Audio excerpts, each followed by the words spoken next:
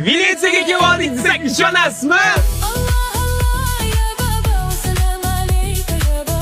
O'zbekistonda shunaqa joy borligini bilmagan ekanmiz. 25 gektarga qurilgan Ardaqivada 50 ga yaqin binolar bor ekan. Basseynni ko'ryapsizmi kattaligini? Qishini yozib issiqini do'stlar bilan kelib mazza qilib dam olamiz. Zimni akvaparkga qarang, Ardaqivada bor ekan. Oilaviy kelsangiz ham bo'laverar ekan, zo'r ekan. 2 kilometr shu qayiqda suzaman desangiz 4 kishiga 150 ming so'm ekan. Ardaxivaga butun dunyodan turistlar kelmoqda. Ardaqivada 4 ta gastnitsa bor ekan. Xullas bu yerda umuman ko'chada qolmaysiz. Mehmonxonaning 3-etajda tez kunda restoran ham ochilar ekan. Muzikali fontanni mazaq tomosha qilsangiz bo'lar ekan. Bu oilaviy 4 kishilik xona. Bu kattalar uchun, bunisi esa bolalar uchun. Narxi esa 4 kishiga 2450 ming so'm.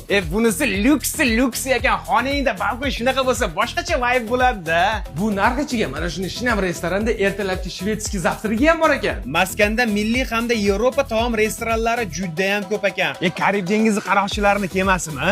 Yo'q, bu yaqinda ochiladigan Amudaryo restorani. Bu yerda yulduzli shou dasturlari, tarixiy ko'rgazmalar, teatr tomoshalari, bolalar uchun multfilmlar ham namoyish etiladi. Bu yergacha Chorsi bozori ham olib kelib qo'yibdi. Yo'q joyda o'zi yo'q, bu yerda hamma narsani topsangiz bo'lar ekan. Xullas, bir kelib ko'rishga arzigulik joy. Biz sizga har doim eng zo'rlarini ilinamiz.